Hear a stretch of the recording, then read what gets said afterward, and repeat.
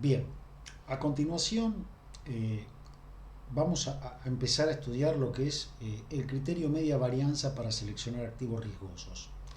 Nosotros hasta el momento vimos que los individuos ordenan sus elecciones en activos riesgosos empleando una función de utilidad logarítmica para calcular esa famosa utilidad esperada y decir, bueno, me quedo con el activo que mayor utilidad esperada me arroje dado que soy adverso al riesgo.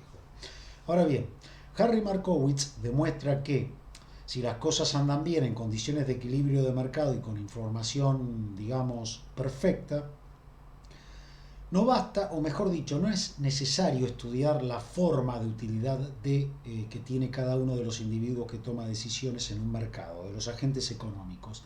Realmente basta suponer con que somos racionales, somos adversos al riesgo, nuestra forma es logarítmica y por lo tanto lo que nos va a conducir a tomar elecciones es estudiar cuál es el rendimiento esperado de un activo financiero real, cuál es su dispersión respecto de ese rendimiento esperado, es decir, varianza y desvío estándar, y por lo tanto nosotros vamos a invertir en activos o carteras de activos que vamos a conformar y vamos a cuantificar, esto lo veremos en futuras clases, pero vuelvo a reiterar, en activos y carteras de activos que maximicen la relación media-riesgo,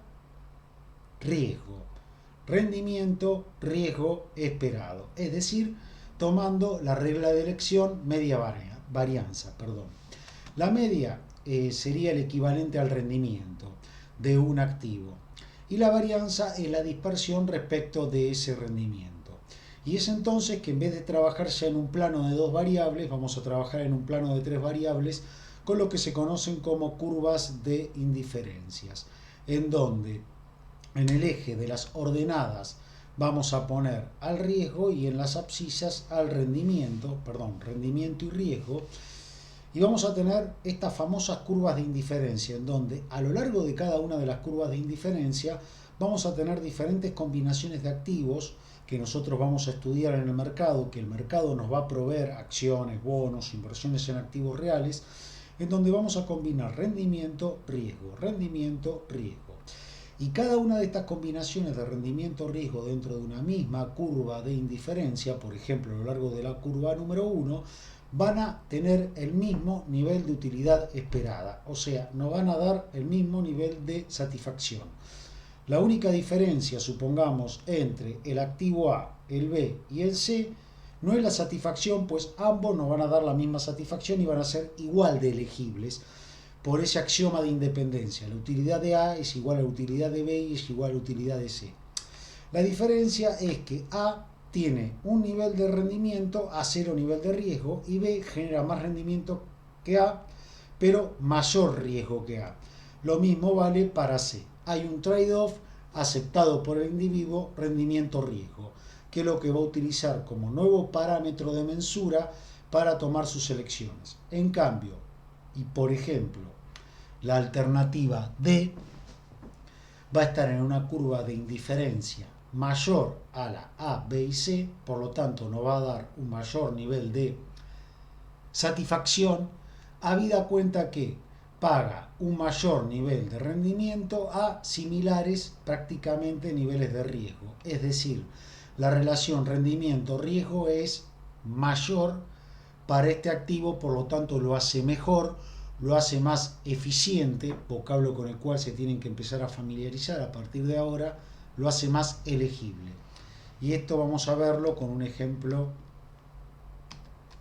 en Excel. Bien.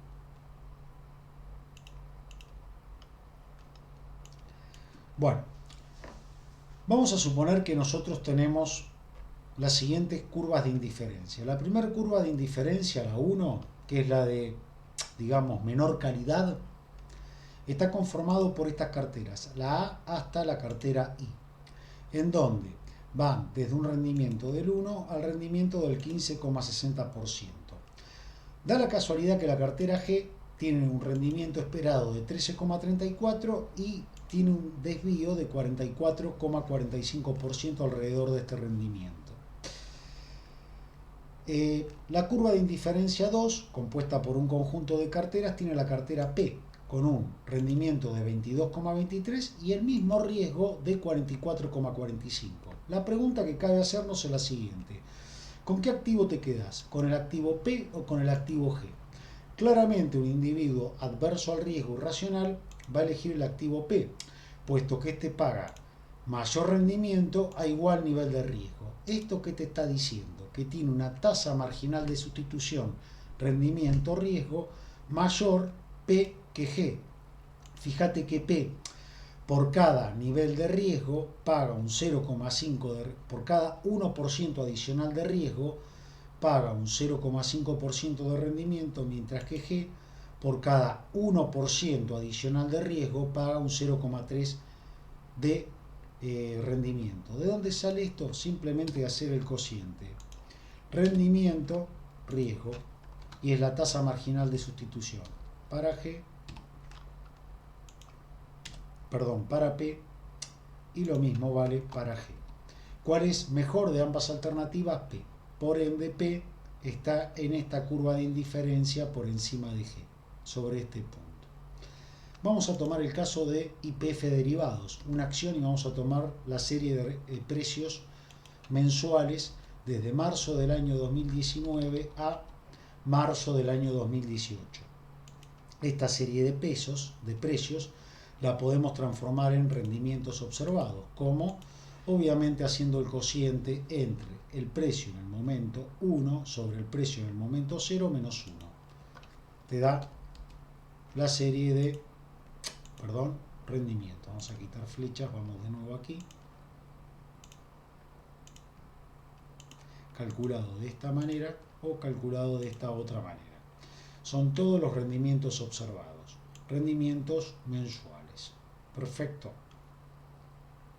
Quitamos flechas. Tomando la función promedio de Excel, podemos calcular el promedio aritmético mensual de rendimiento, suponiendo que las observaciones son independientes, y la media mensual de rendimientos para este activo financiero es de 1,98. Al suponer que es independiente entre sí y es aritmético, no es geométrico su crecimiento, por eso para anualizar simplemente podemos multiplicar por 12 y obtenemos que el rendimiento anual promedio es del 23,71%.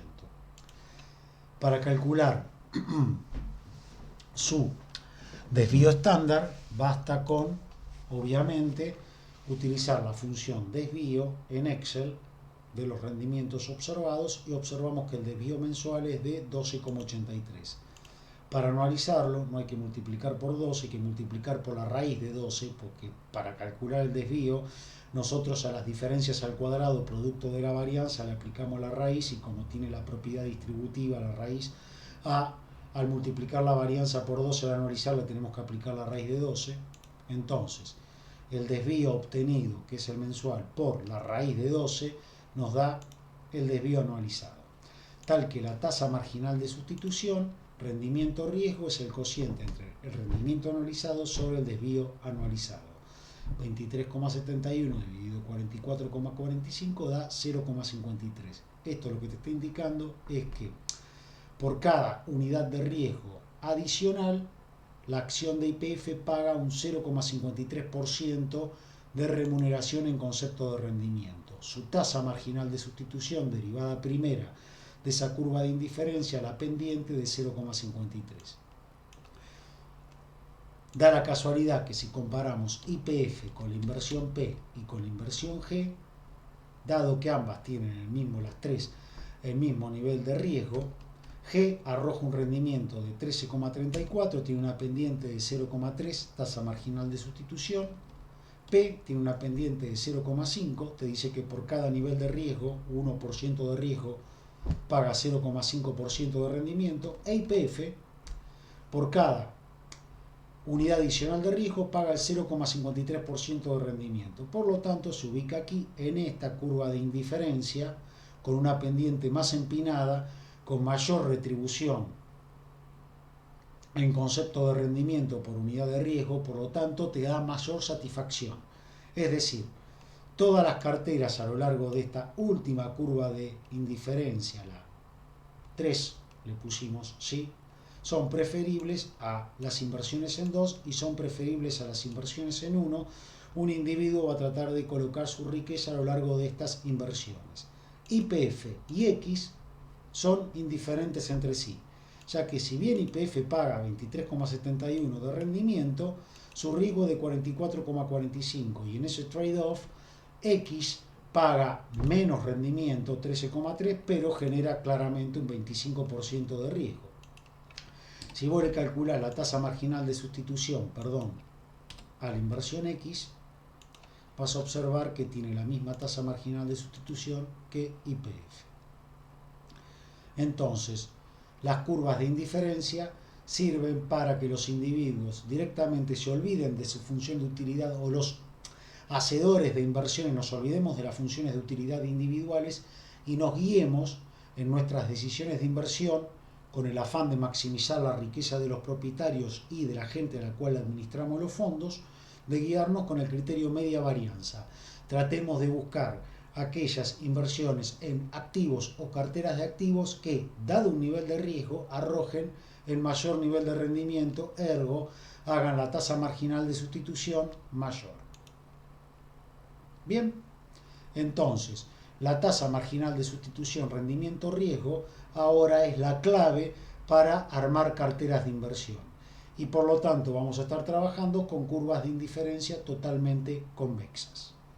Muchas gracias.